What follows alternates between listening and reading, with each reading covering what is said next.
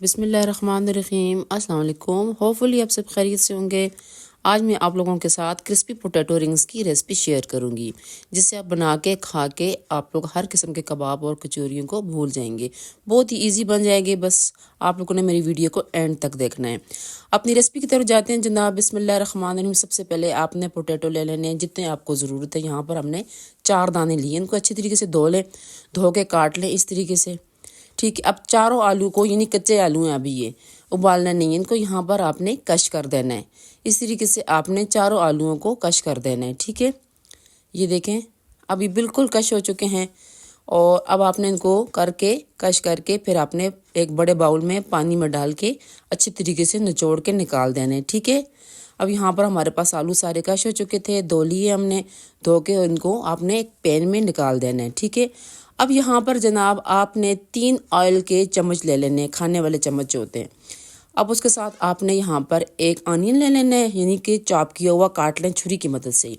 2 हरी मिर्च और हरा धनिया आपने यहाँ पर थोड़ा सा ले लेना है। 1 चम्मच आपने लहसुन अदरक का पेस्ट डाल देना है। 1 चम्मच आपने खुश्क धनिया पाउडर और 1 चम्मच आपने सुरख पाउडर।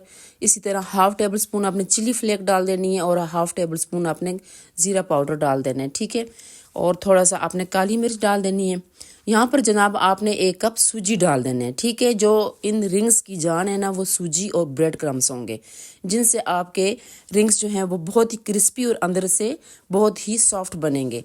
अब इन तमाम इंग्रेडिएंट्स के साथ आपने यहाँ पर ब्रेड क्रम्स डाल देंगे। ठीक है। वो आपने छोटा कप लेना है, यानी हाफ कप डाल दें। नमक जनाब यहाँ पे हस्ब जाएगा जाएगा। अब इन तमाम चीज़ों को अच्छी तरीके से आप लोग मिक्स कर लें, और मिक्स करके जिस कप के साथ आपने सूजी डाली है ना, उसी के साथ आपने 2 कप पानी डाल देने, और फ्लेम तो बिल्कुल स्लो रखनी है। ठीक हो गया। फ्लेम को स्लो रखने और 3 से 4 मिनट तक इनको ढाँप के रख लें। ठीक है। और ये अच्छी तरीके से जो है आपके पोटैटो जो हैं वो गल जाएंगे 3 से 4 मिनट में। ठीक है। ये देखें इस तरीके से। बस उसके बाद आपने जब ढक्कन उठाया और देखा तो आपका मिक्सचर माशाल्लाह इस तरीके से तैयार हो जाएगा। ये देखें। बस आपने चमचे की मदद से इसको इस तरीके से मैश करना है। इनको एक प्लेट में निकाल दें ताकि ये थोड़ा सा ठंडा हो जाए और आपके हाथ न जलें। इस तरीके से आपने प्लेट में डाल देना है और हाथों पे आपने थोड़ा सा ऑयल लगा देना है।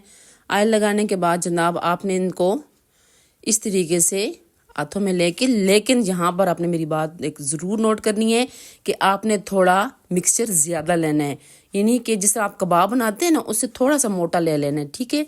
अब यहाँ पर आप किसी भी ढक्कन या किसी भी चीज़ की मदद से आपने दरमियान में से इसका इस तरीके से सुराख कर देना है। और फिर मेरे पास फुल बड़ा इस तरह कुछ नहीं था, लेकिन मैंने नीचे वाली साइड से हाथ की मदद से जो है रिंग्स के अंदर जो होल बना दिए थे। ये देखें।